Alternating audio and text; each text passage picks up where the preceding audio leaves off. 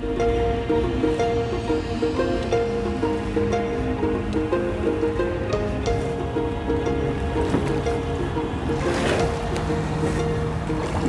all the therapies I know, yoga, meditation, qigong, exercising,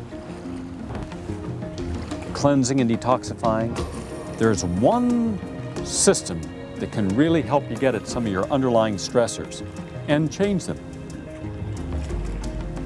It's hypnosis. Most people have never been hypnotized. Most people don't really know what hypnotism is.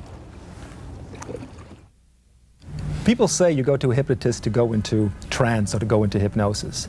But actually the job of a hypnotist is to get a person out of the hypnosis that he or she is in already. And people say that's a contradiction, but the fact is a person may be in hypnosis to pick bad partners in his or her life.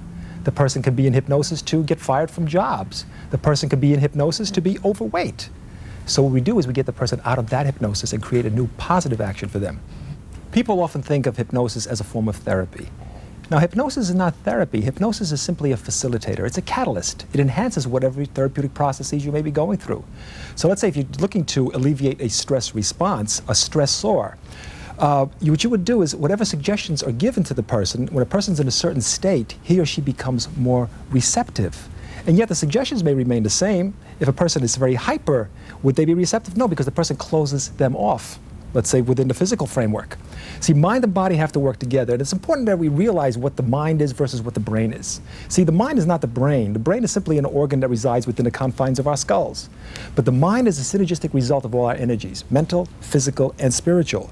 So when we realize that it's a combination of these things, we know that one constantly affects the other. I want my body to feel better? Let me think better thoughts. If I want my thoughts to be better, let me change my body. Stress is a response to change. And Hans Selye, who's probably the world's foremost leading expert on stress, said that in the response to change, what happens is we are responding to something that's going on in our lives all the time. So the human being is constantly changing. Different experiences, new horizons, new visions. So there's no real way of getting rid of stress. That's the first thing we have to realize.